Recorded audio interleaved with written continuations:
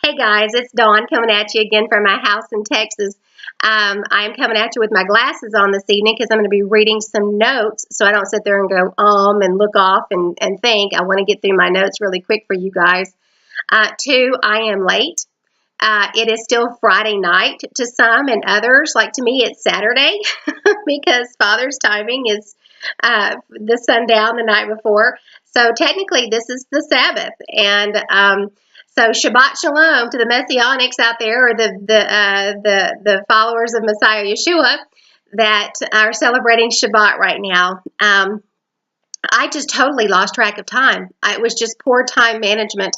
What I should have done, I should have recorded this or gotten my notes together, recorded it during the week, and just uploaded it today, because Fridays are preparation day for the Sabbath, cooking and cleaning and all this. And I just got busy. I just got so busy. And my precious husband came home and helped with dinner. And so it was really glorious to have his help. So anyway, I'm just now getting to this. So here it is, and I'm sorry. So we will get right to it.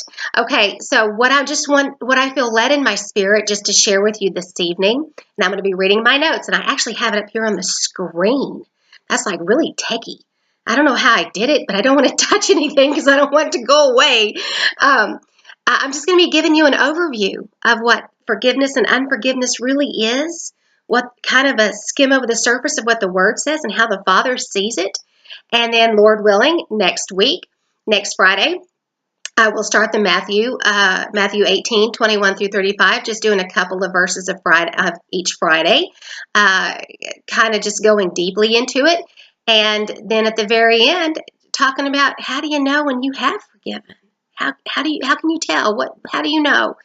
And so I'm going to get right to it. So, okay. One of the things, out of a spirit of love and sensitivity, I just want to say, none of us are going to get through this life unscathed without pain. Every single one of us have a story. We all have a story. We all have pain. We have all gone through something in our lives. Father is just looking for those who are going to trust Him with their pain. Some pain is more horrific and chilling than others, but it doesn't make them more important, more special, the pain more whatever. Your specific story, your specific tribulations, your pain is real. It hurts. And that needs to be dealt with biblically, and that's what we're going to talk about here in the notes. So let me get to it. So anyway, what I want you to really understand about unforgiveness, here we go. Unforgiveness is holding on to a hurt, violation with a revengeful or vengeful heart attitude toward the offender. That's what it is. You're choosing to have a revengeful / vengeful, kind of a tongue twister, heart attitude toward the person who hurt you.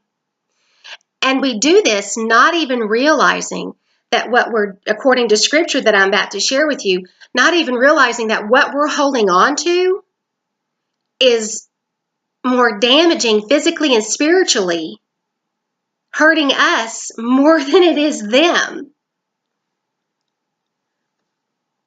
We don't have a clue that us holding on to it, in most cases, doesn't hurt them at all. In a lot of cases, they don't even know. That's what got me. Okay, so unforgiveness is pain that hasn't been dealt with biblically, and it's pain that's turned to bitterness, entitlement, and here we go with the P word, pride. Unforgiveness is actually pain turned to pride. And I'm going to get to the scripture reference there, that in a moment. Okay, so here we go. Father sees unforgiveness in our hearts as just as unrighteous. So our hearts are just as unrighteous as the person who hurt us. So let me share it. Let me put it to you like this.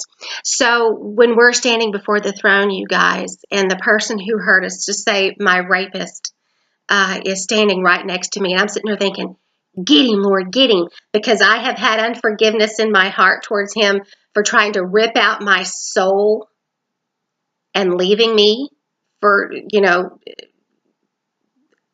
just beaten.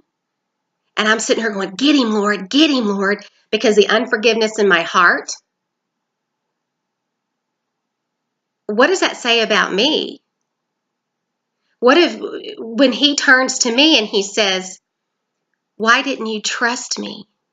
Why didn't you take the time to get to know me, to trust me with this? Your unforgiveness has kept me from forgiving you. So what do I think is going to happen next? You can't enter in the kingdom with unforgiveness in your heart. So let me read you this. So y'all can pause it if you want and turn to Romans 1:28 through 32. This is huge.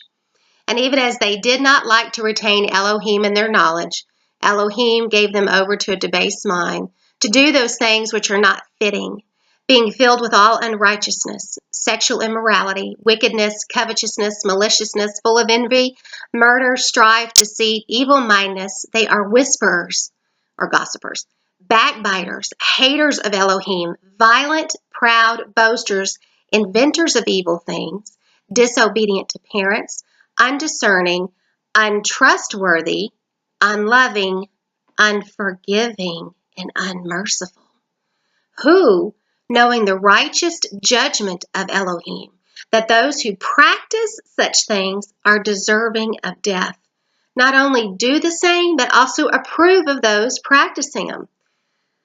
Wow. Our Elohim puts unforgiveness right up there with murder and sexual immorality, guys. It's serious.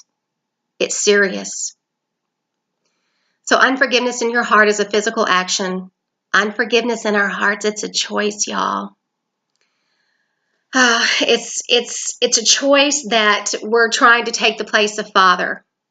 If you see this, if you can see it like this, it's a choice that we're trying to take the place of Father, saying that we know better, that we can do better, that we know what needs to take place. When we hold unforgiveness, we're taking the pain that the perpetrator caused and allowed it to blind us that we are just as unrighteous as they are. Our unforgiveness makes us just as unrighteous as they are. And Father does not take that lightly.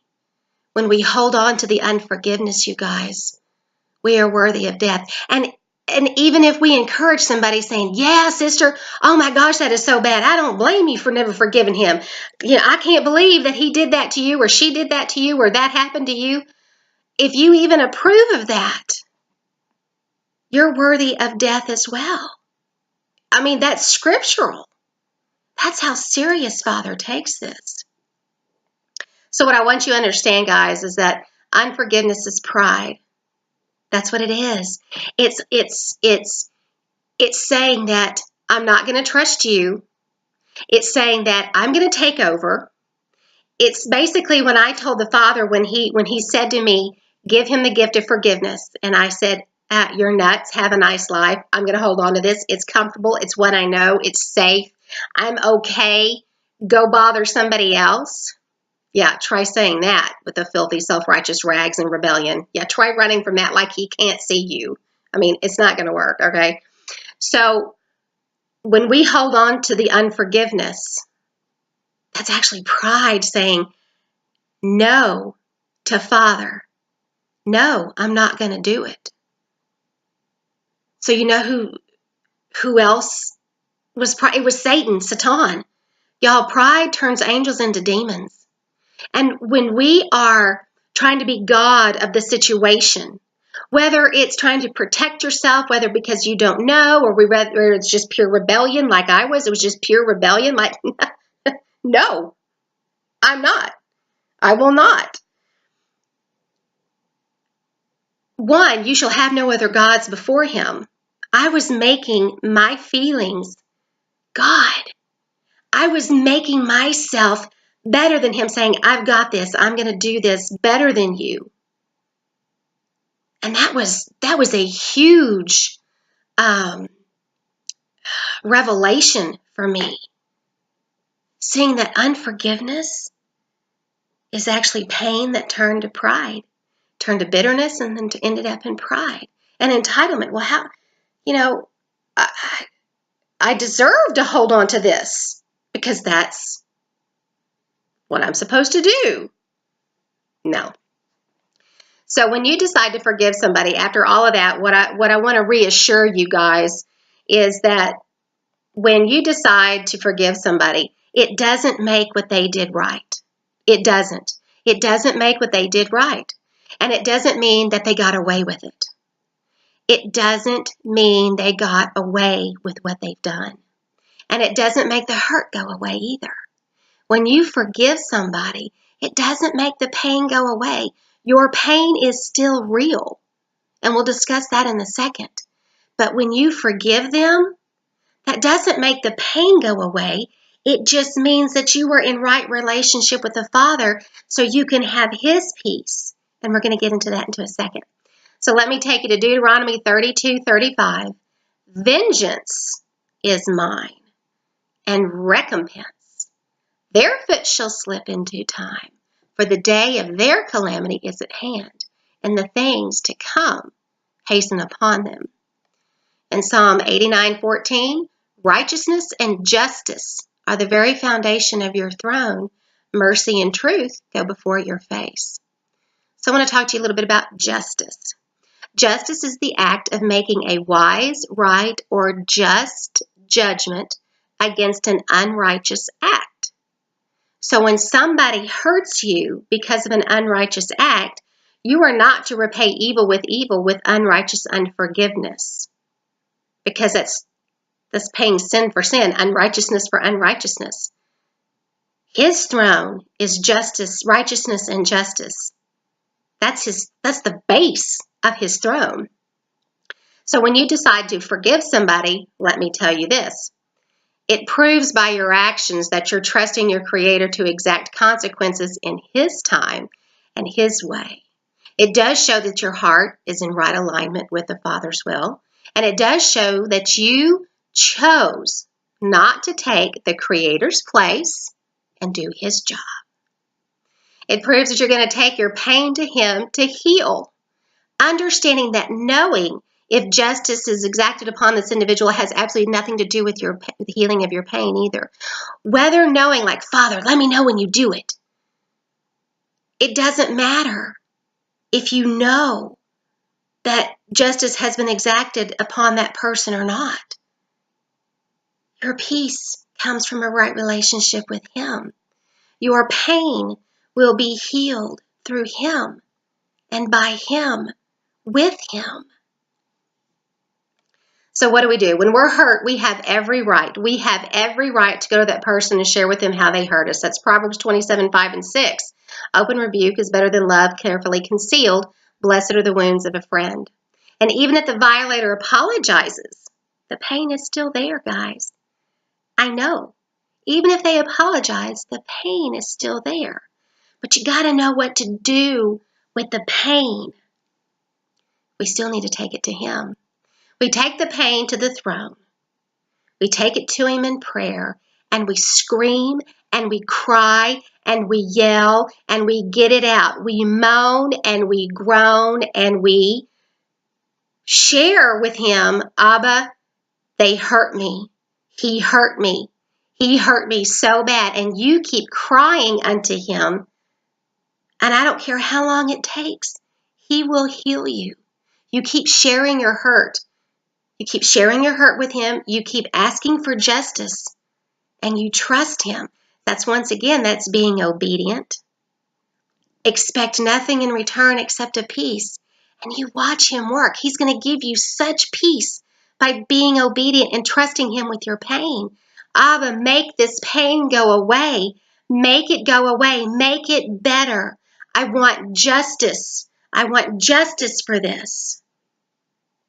I just encourage you, keep doing it. Don't stop. There are things that I still cry out for. The pain of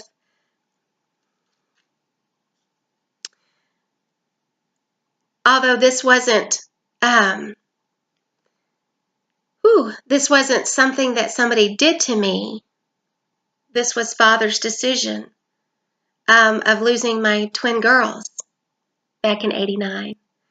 And to this day, I still break down in tears and cry out to him, Father, take the pain away. Take the pain of the empty arms away. Take that pain away. Abba, make it better. And he does. And then a thought will come up, or I'll see a set of twins or something, and then I have to go back to him. Father, make it better. I know that they are with you. Make it better. And he does when my mind is on him. So keep doing it, guys. Keep doing it. I encourage you to seek justice here on this earth. Expect justice from the throne by trusting it will be done in his way and his time. Make that choice. Make the right choice to seek justice here, expect justice from the throne, and trust him to forgive. Because if you don't, you're not walking in alignment with your Creator, and there's a disconnect between you and him. And Psalm 66:18 says, if I hold on to iniquity, which is Torahlessness, unrighteousness, lawlessness, unforgiveness, iniquity in my heart, then Jehovah will not hear. He will turn his ear from you. If you hold the unforgiveness, if you want to hold on to it, if it's like, no, I like this, he will turn his ear. That's what it says.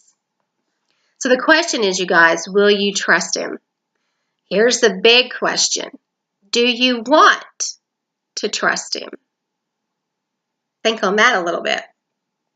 Do you know him well enough to trust him? Do you know him well enough to take care of your pain and execute justice on your behalf? Do you?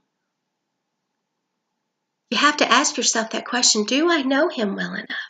And then you kind of think, well, you know what? He created me. He sent his son to die, to take care of the penalty of the death, the penalty of unrighteousness. He brought me through this life for him. So then why am I holding on to this unforgiveness? Why am I so bitter? Think about it. And sometimes you say to yourself, no, I really don't know him. So how can you trust someone that you don't know? Just because you know of him doesn't mean you know him. So I urge you to study this. So this is your homework for the week. I urge you and encourage you to look up and study the names of our Elohim. Jehovah Jireh, the provider. Jehovah Rapha, the healer. Jehovah Nisi, he's my banner. Look up the names of the Father.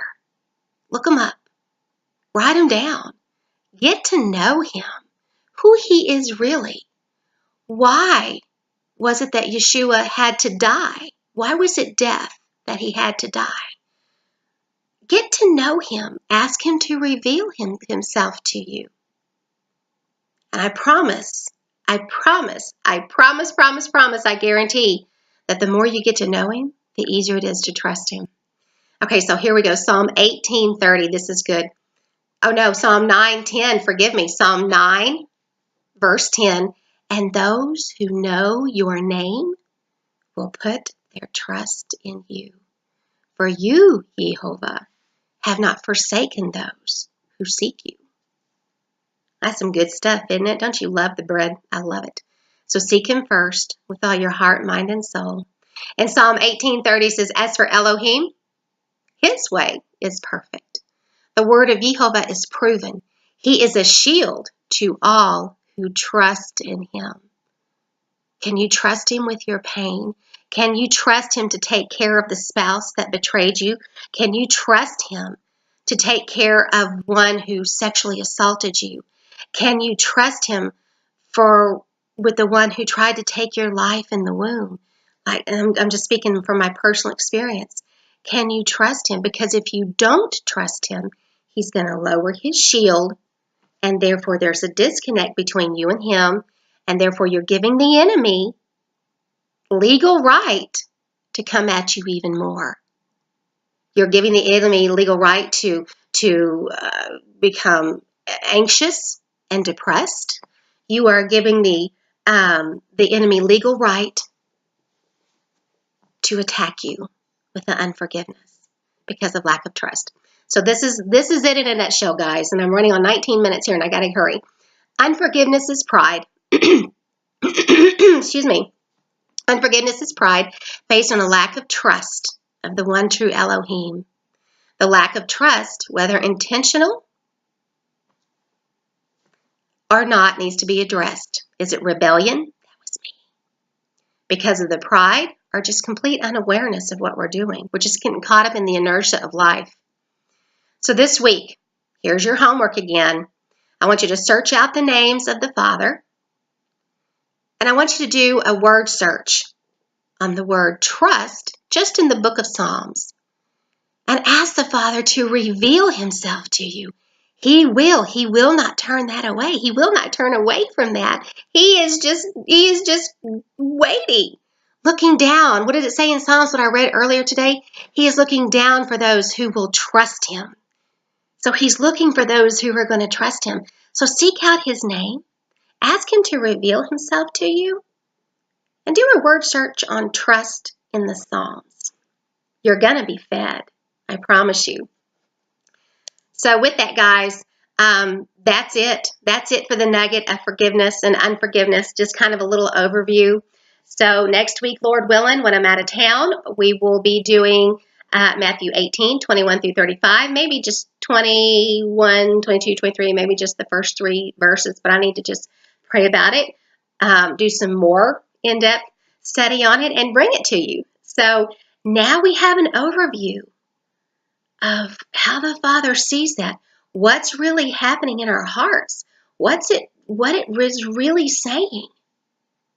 Unforgiveness doesn't make your pain go away, and it doesn't make what was done to you right. It's a matter of trusting Father. And like Job said, although he slay me, I still will trust in him. Will you? Let me bless you real quick. May Jehovah bless you and keep you. May he make his face to shine upon you and be gracious unto you. May he lift up his countenance to you and give you his shalom. His shalom from the throne, the only peace worth having, the only peace that's true peace. And I pray one day that you'll find it. So anyway, guys, I love you guys. Thanks for your patience. It's been 22 minutes. That's enough, and I got to go. Love you guys. Talk to you soon. Bye.